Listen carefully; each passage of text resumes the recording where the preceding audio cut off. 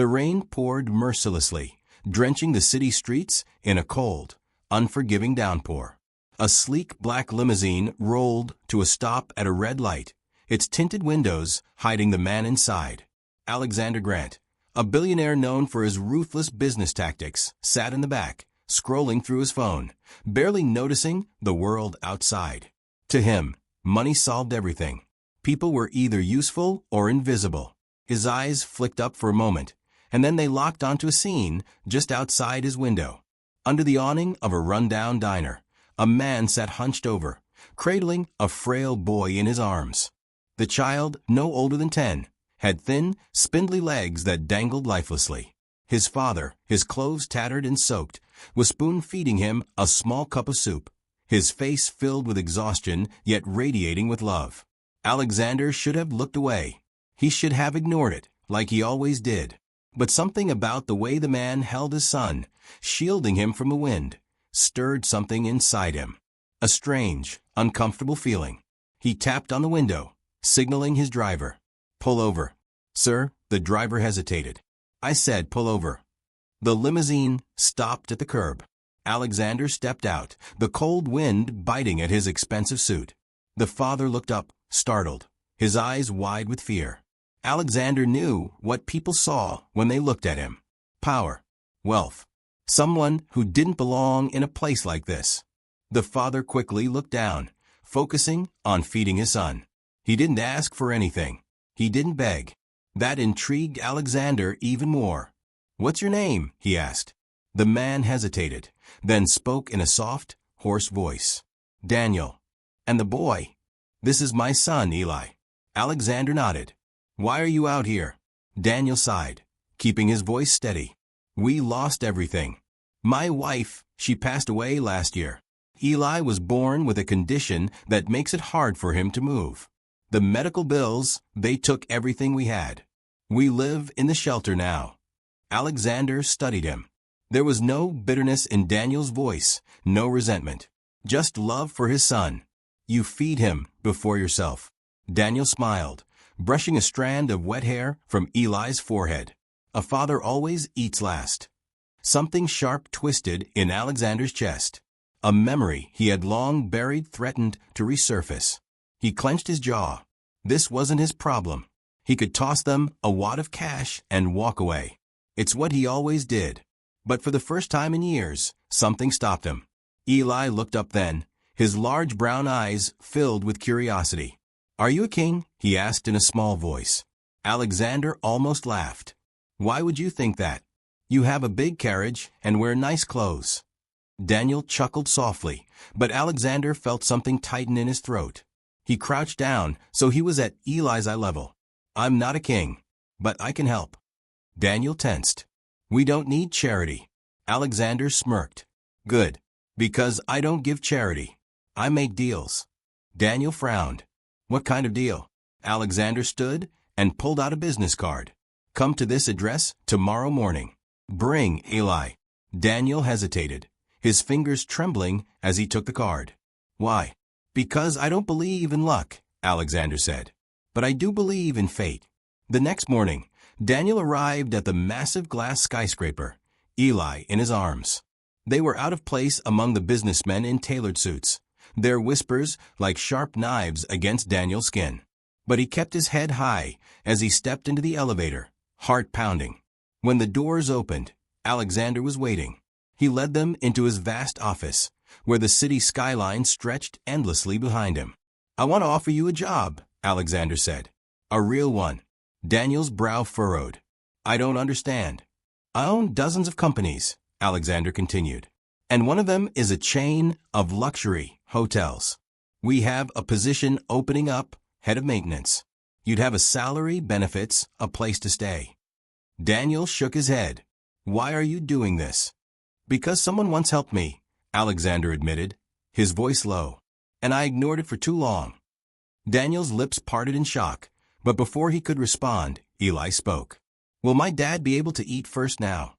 Alexander froze. The question was innocent, but it hit him like a freight train. He thought about the man who had once given him food when he was a child, the man he had ignored after he made it big. He swallowed the lump in his throat. Yes, he said. He will. Tears welled in Daniel's eyes. Thank you. Alexander cleared his throat. Don't thank me yet. The job's yours if you want it. But you'll earn it, just like I did. Daniel straightened. I wouldn't want it any other way. Eli beamed, clapping his hands. Then my dad is going to be rich too. Alexander chuckled. Not quite. But he'll have everything he needs. As Daniel signed the contract, Alexander glanced at the city below. For the first time in years, he felt something shift inside him. He had spent his whole life believing money was the only thing that mattered. But watching Daniel and Eli, he realized something else. Maybe kindness was the greatest currency of all. And for the first time in a long time, Alexander wanted to keep spending it. Alexander leaned back in his chair, staring at the contract Daniel had just signed. Something about this moment felt surreal. He had made thousands of deals before, closed billion-dollar transactions without flinching. But this was different. He wasn't just hiring an employee. He was changing a life. The weight of that realization settled in his chest, unfamiliar yet strangely satisfying. He glanced at Eli, who was still grinning, swinging his thin legs off the chair. The boy had no idea how much his innocent words had shaken Alexander. Daniel sat stiffly, his fingers gripping the edge of the desk as if bracing himself for the possibility that this was all a cruel joke. Alexander recognized that look. He had worn it once a long time ago. Before the wealth, before the power, before he built his empire, he had been a boy sitting in a dark, cramped apartment, watching his mother ration out the last of their food, pretending she wasn't hungry. That memory clawed its way to the surface, uninvited. He shoved it back down. You start tomorrow, Alexander said, his voice even controlled. Your apartment is already arranged. It's in the hotel, close to work, fully furnished. You and Eli will have everything you need. Daniel exhaled sharply, as if the air had been trapped in his lungs. He looked at Alexander, his expression a mixture of gratitude and disbelief. I don't know how to thank you, he said. You don't need to, Alexander replied. Just do your job well. Eli clapped his hands. Does this mean we won't have to sleep at the shelter anymore? Daniel turned to his son, his eyes glistening. Yes, buddy. It means that exactly. A strange warmth spread through Alexander's chest, but he forced himself to remain stoic. Emotions were distractions. He had learned that the hard way. Go home. Get some rest. Tomorrow, your new life begins. Daniel stood, shaking Alexander's hand firmly. I won't let you down. Alexander merely nodded. He watched them leave, Eli's excited chatter filling the hallway. When the door closed, Alexander leaned back in his chair, exhaling slowly. His mind screamed that this was a mistake, that he was getting too involved. But something deeper, something instinctive, told him he had done the right thing. He just wasn't sure why it mattered so much. The next morning, Daniel arrived at the hotel in a crisp uniform, his posture straighter, his eyes brighter. It was the first time in years he had walked into a job knowing he had a real chance. He met the team, learned the ropes, and by midday he was already proving himself. He was good with his hands, quick to learn, and despite the exhaustion that still clung to him, he moved with purpose. Eli, too, had settled into their new home. The apartment was modest by Alexander's standards, but to Daniel and Eli, it was a palace. Eli spent the day exploring every inch of it, marveling at things as simple as a stocked refrigerator and a warm bed. That evening, Alexander found himself in his penthouse, sipping a glass of scotch, staring out at the city skyline. He should have been thinking about his next deal, his next expansion. Instead, he kept picturing Eli's wide-eyed excitement, Daniel's stunned relief. Why was this affecting him so much? He took another sip, then set the glass down abruptly. Maybe it was time to stop thinking and start understanding. Days turned into weeks. Daniel proved to be one of the hardest workers in the hotel. He took extra shifts, never complained, and always went the extra mile. Word spread quickly about the former homeless man, who was now one of the best employees in the company. Some admired him. Others whispered that he had been given special treatment. Alexander ignored them. He had built his empire by recognizing talent, and Daniel had more of it than most men who had walked through his doors. One evening, as Alexander was leaving the office, he noticed Daniel in the courtyard. The man was sitting on a bench, staring at the sky, lost in thought. Alexander was about to walk past when he noticed Eli nearby, sitting in his wheelchair, playing with a small toy car. Something made Alexander stop. He turned and approached. "Long day?" he asked. Daniel looked up, surprised. "Always." Alexander smirked. "That's how you know you're earning your paycheck." Daniel chuckled, rubbing his hands together. "Yeah, but for the first time in a long time, I don't mind the exhaustion." He glanced over at Eli. He's happy. That's all that matters. Alexander followed his gaze. Eli was making car noises, his entire focus on the toy. There was an innocence about him, a purity that Alexander had forgotten existed in the world. "You ever think about getting medical treatment for him?" Alexander asked. Daniel sighed. "I have. But the surgeries, the therapy, it's beyond what I can afford even now." Alexander's jaw tightened. Money. It always came back to money. But this time, it wasn't about power. It was about something else. "What if I told you I could help with that?" Alexander said. Daniel's head snapped toward him.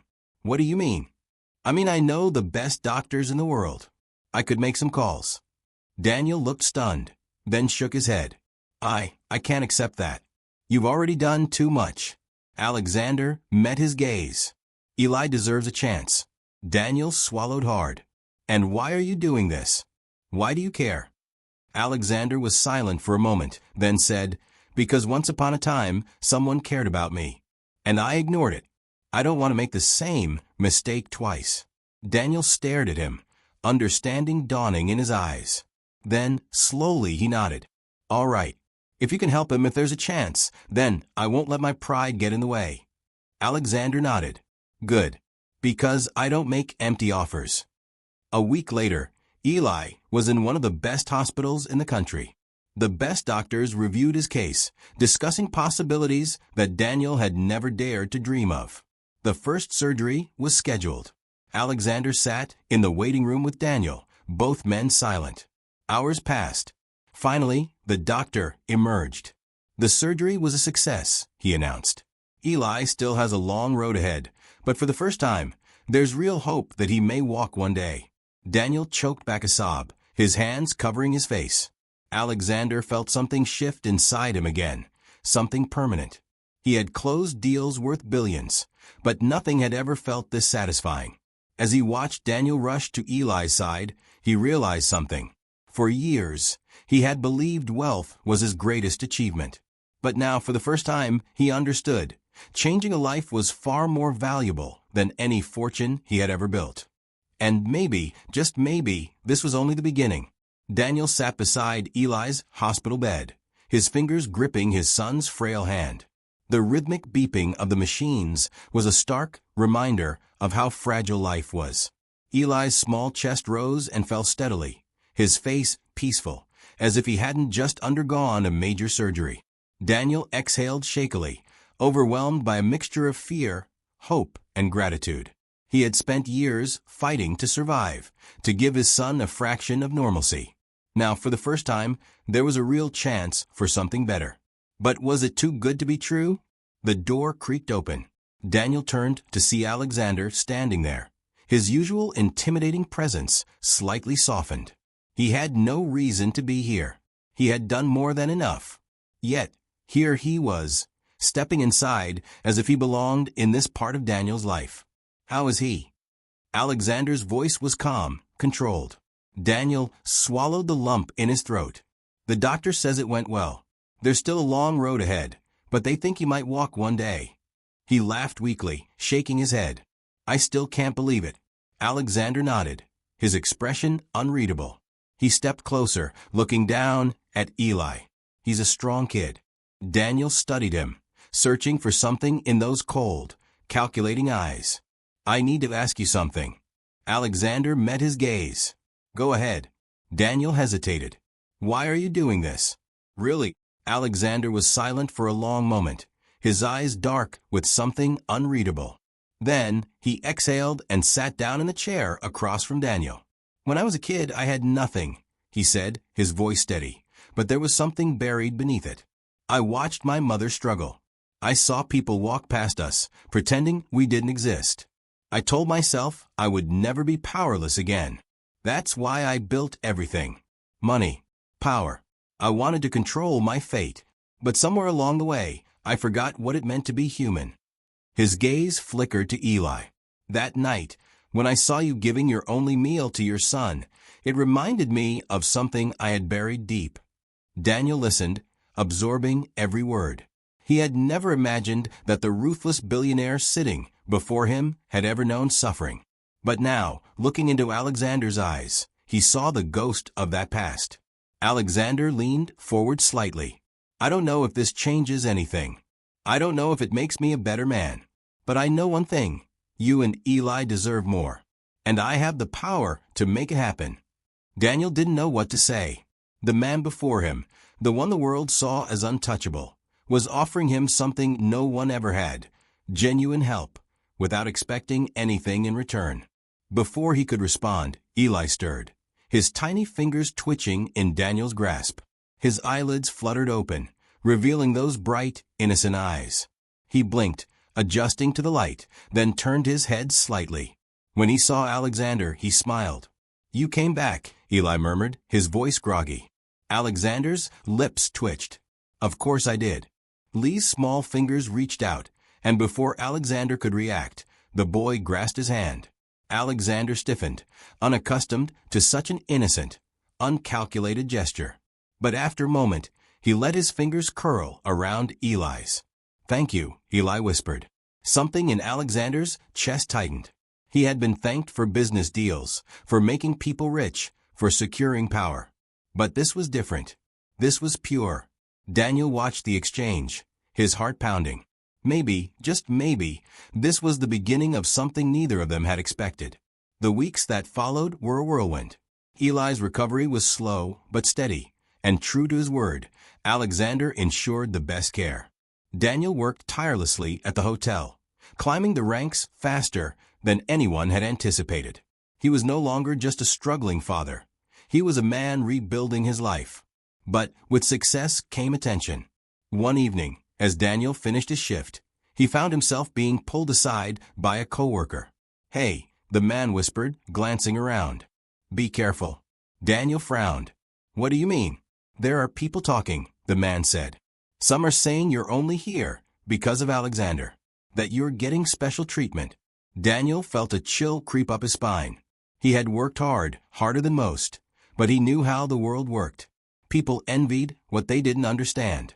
That night, as he stepped into his apartment, his mind was clouded with unease. He didn't want to owe anyone, not even Alexander. But as he watched Eli sleeping peacefully, he reminded himself why he was doing this. His son came first. Always. Little did he know, the storm brewing outside was far more dangerous than office gossip. Alexander sat in his penthouse, his mind restless. He had built an empire based on control, and yet, for the first time, he felt as if he was stepping into unfamiliar territory. Helping Daniel and Eli had felt right, but it had also opened doors he had long since locked. His phone buzzed. He glanced at the screen. It was a message from an unknown number. "You're playing a dangerous game. Watch your back." Alexander's jaw tightened. He knew threats when he saw them. He had dealt with rivals, with enemies who wanted to see him fall. But this felt personal. He stood, staring out at the city lights, his mind calculating every possibility. Someone didn't like what he was doing. Someone wanted to stop him. And if there was one thing Alexander never did, it was back down. The next day, Daniel was leaving work when he noticed something strange. A black car was parked across the street, its windows tinted. He wouldn't have thought much of it, but when he walked toward the subway entrance, the car slowly rolled forward. His pulse quickened. He pushed through the crowd, his instincts screaming. He had spent too many years on the streets to ignore danger when it was this close. He ducked into a side alley, pressing himself against the wall. The car stopped at the curb. The door opened slightly. A figure stepped out, dressed in an expensive suit, but there was something cold in his eyes. Daniel didn't move. He held his breath. The man scanned the area, then turned back to the car. "Not yet," he muttered before slipping back inside. The car drove off. Daniel exhaled sharply, his heart pounding. Whoever that was, they weren't just watching. They were waiting. And that meant something bigger was coming. Alexander sat in his office, staring at the file on his desk. The private investigator he had hired had finally delivered results. The people watching Daniel weren't just gossiping coworkers or bitter employees. They were something much worse. His grip tightened on the paper as he read the name scrawled across it. He hadn't heard that name in years, but he knew exactly what it meant. It meant that his past wasn't done with him yet. And now, because he had tried to help, Daniel and Eli were caught in the crossfire. Alexander stood abruptly, grabbing his phone. He dialed Daniel's number. It rang twice before Daniel picked up.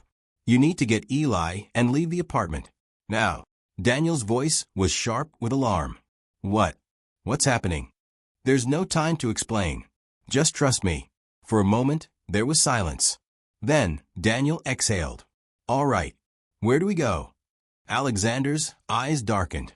"Somewhere safe." And Daniel, "Yeah. This isn't over.